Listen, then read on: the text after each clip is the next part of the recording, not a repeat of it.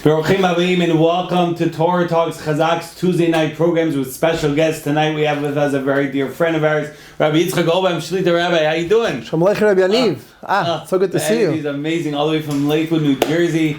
So excited to have the Rabbi who's involved with so many amazing causes, especially Chazaq. And our custom, Rabbi, is before we jump to the topic, which is holiness. That's right, Kedusha, holiness. We have the custom of asking the Rabbi to tell our audience a little bit about yourself and the great work you're involved with, and stuff like that. Okay, so first of all, born and bred in Queens, that we know. Queens, okay. That we know. Queens is definitely a place to be. I live in Lakewood, but I still feel like I live in Queens. That's right.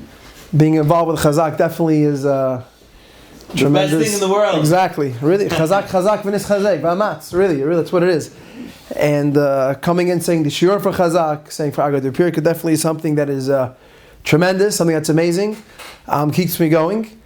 And the truth is, sitting here with you really is always an honor, really is a kavod.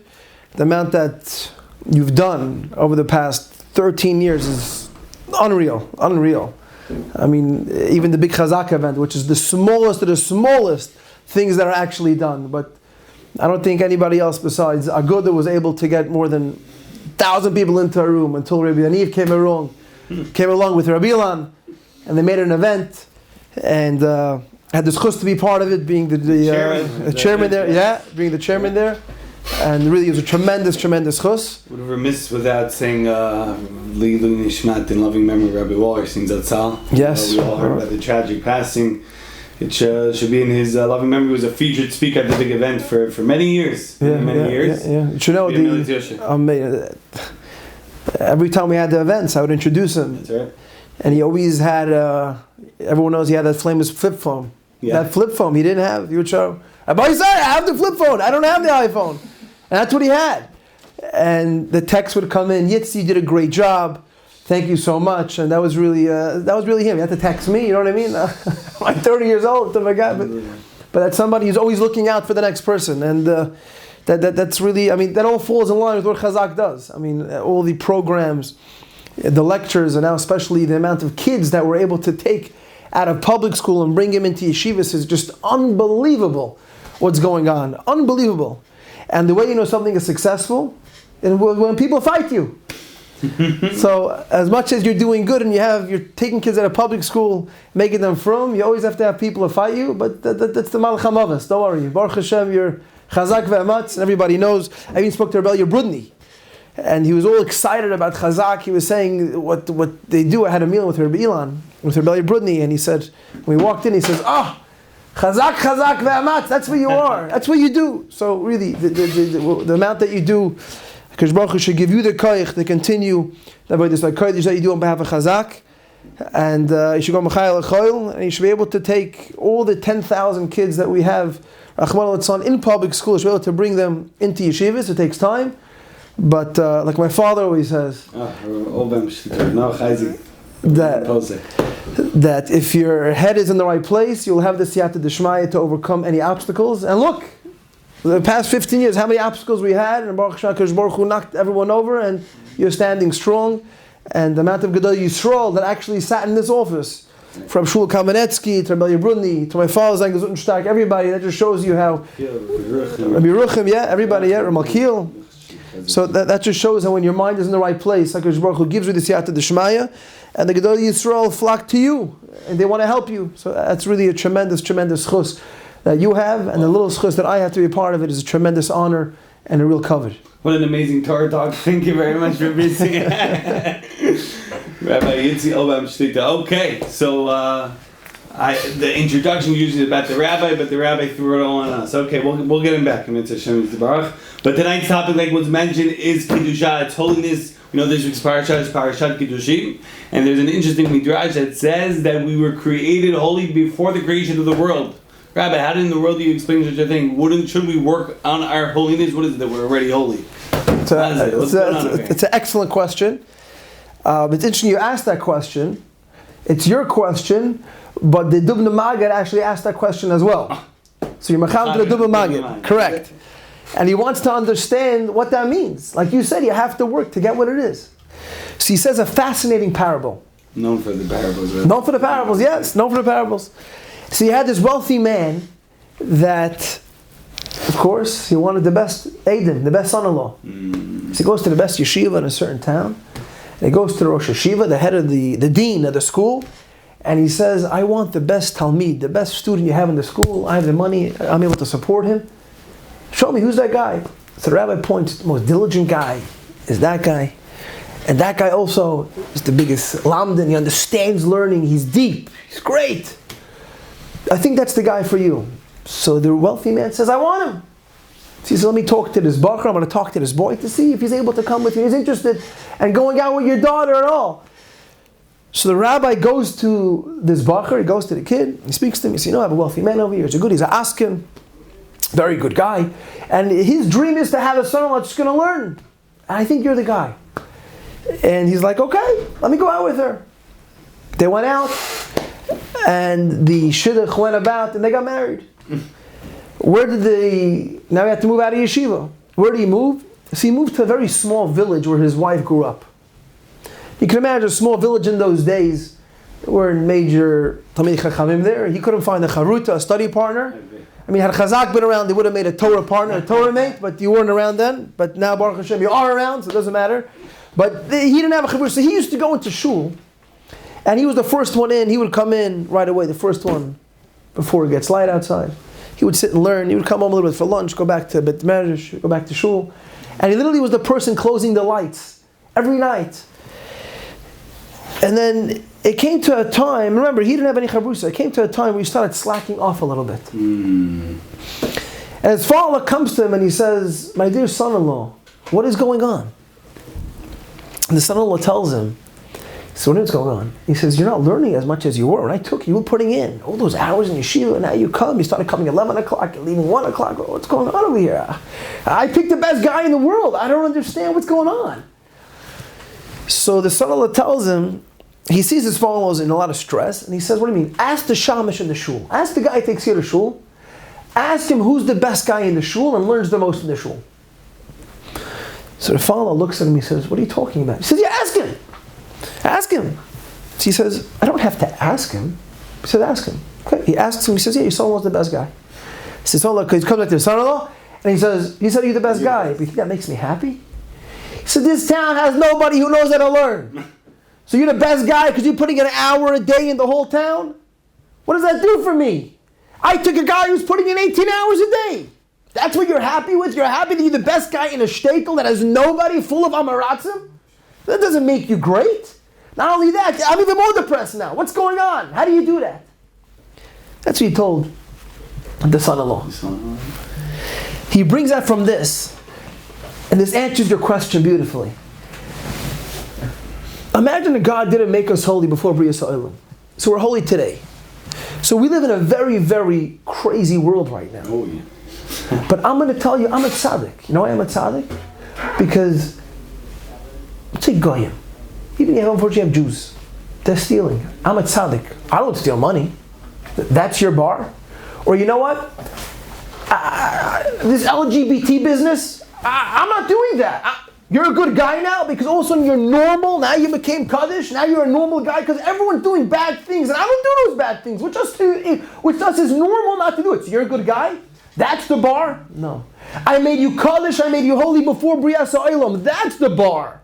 And that's why God said that I made you holy before the rule was created, because that's the bar. Had I let the bar here and you can make yourself holy, what are you going to base it on? Some Joe walking on the street who he's just, what is he doing? So he doesn't steal. That makes him a good guy, but that makes you a tzaddik, that makes you holy? That's a normal thing. We know you can't do these things. So that's why Kadosh Baruch Hu said, I made you holy before, and that is the bar, and that's how you have to do it. Wow, powerful, amazing, unbelievable, beautiful mashal, beautiful parable, right? The Dubna Magid.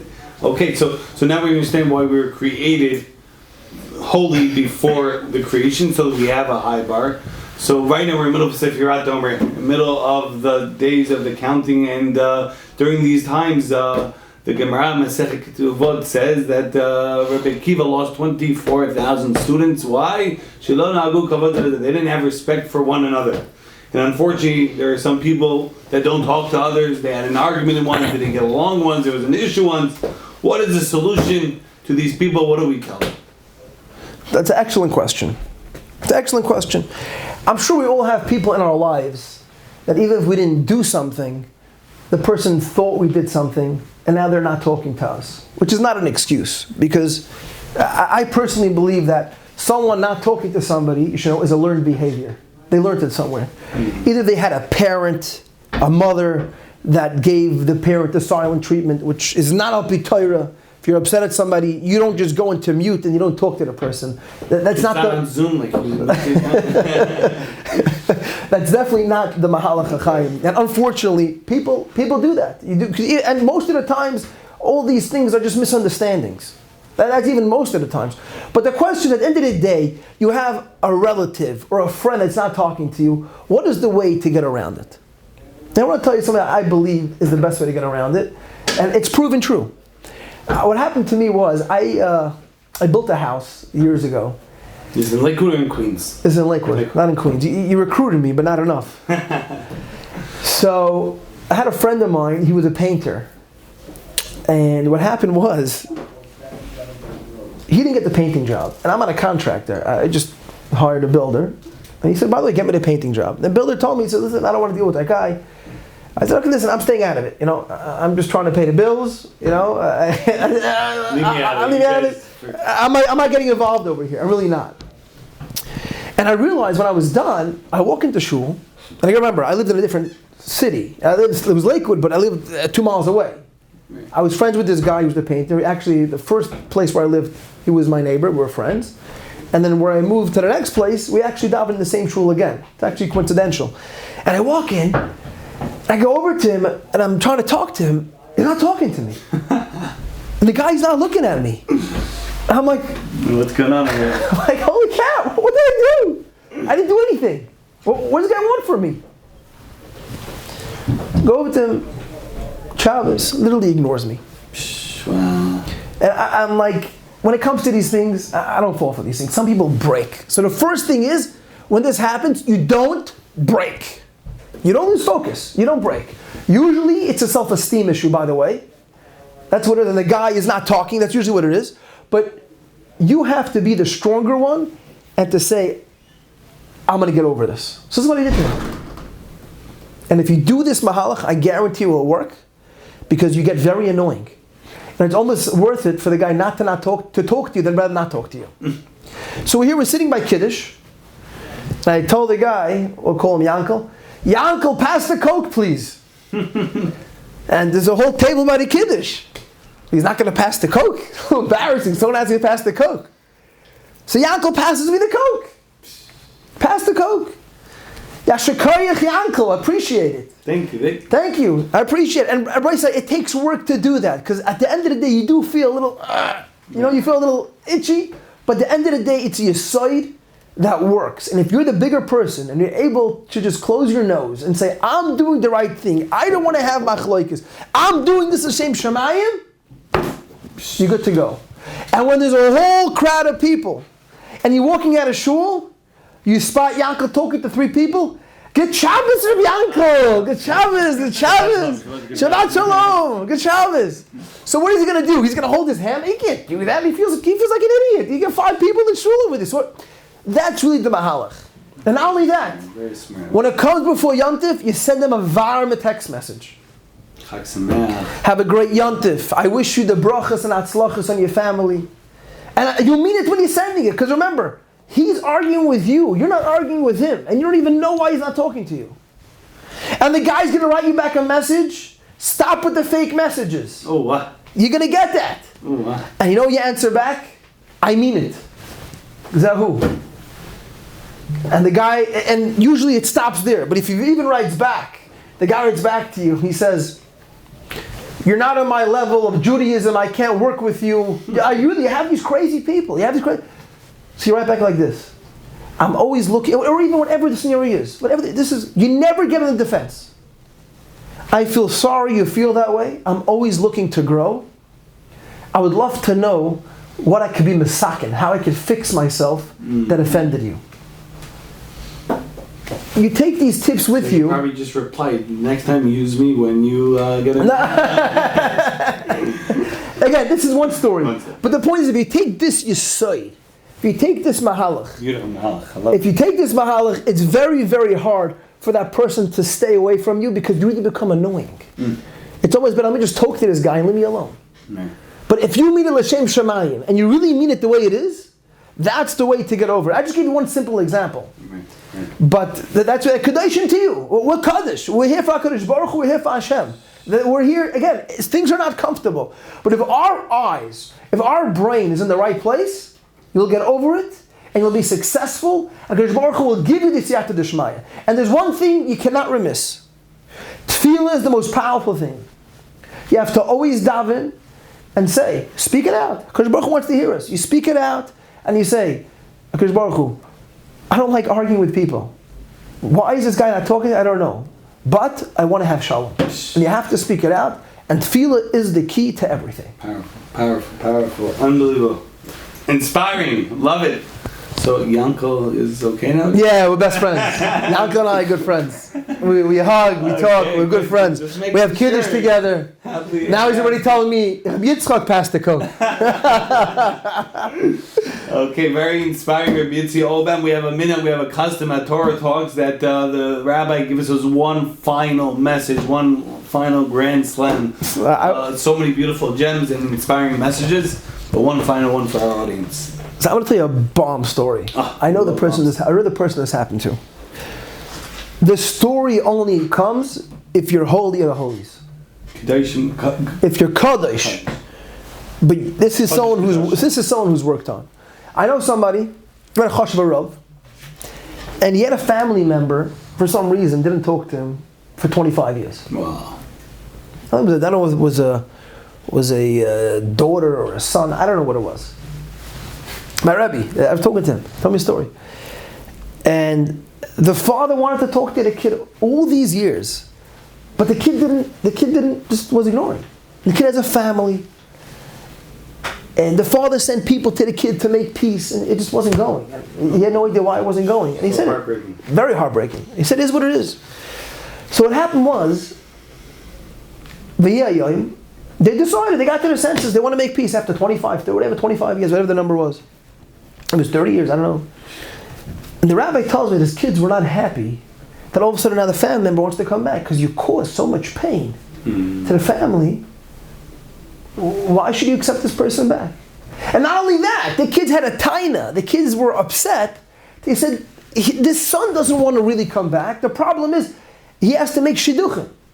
He has kids that are going out on the market and they have to make a chasana. And the first thing the shadchan is going to say, we heard you're not talking to your father, who's a rabbi, who's going to want to do a shidduch with you. And that was the time that the kids were telling to the father. So why should you accept this son to come back? And you know what the father told the kid? The father said, and this is only when he Kaddish, show me a marmakim. Show me a place where it says that shalom, shaloi lishma, is not called shalom. Show me where it says that somebody who wants to make peace, and even though the peace the guy wants to make is not for the right reasons, but where do you see that that's not called peace? Where do you see it's not called peace? Is that not powerful? Powerful. But that only comes with somebody who's Kaddish. You're Kaddish, you could do that. The amount of pain, 30 years of pain, to knock that out in 1 second, and just to say, show me where you see Shalom, Shalom, is not called Shalom, show me where that is. You going to show me somewhere? No. We're going to have peace. I don't care. Amazing.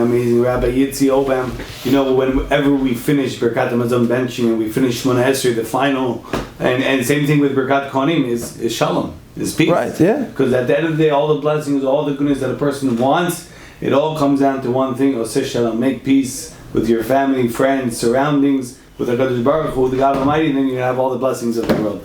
I want to thank you very much, Rabbi Yitzchok, for all that you do for college over the Jewish people, you and your entire mishpacha. Amen. Continue spreading the light, Yam V'Ken Matzvah Mega all over the world. Amen. We want to thank our friends at dailygiving.org. $1 a day goes a really, really far way. Check it out. Make sure to be part of that revolution. I want to thank Rabbi from Chazaq for preparing everything from A to Z and the entire team over here. I have to thank Rabbi Baruch for sitting in and listening to the whole Baruch Shlita. And we want to thank Torah Anytime and the podcast and Jewish podcasts and all the different platforms that are playing this amazing Torah Talks. Really appreciate it. We'll see you in Mitzvah Hashem next week. We should see each other with the Gulash the complete redemption coming. Amen.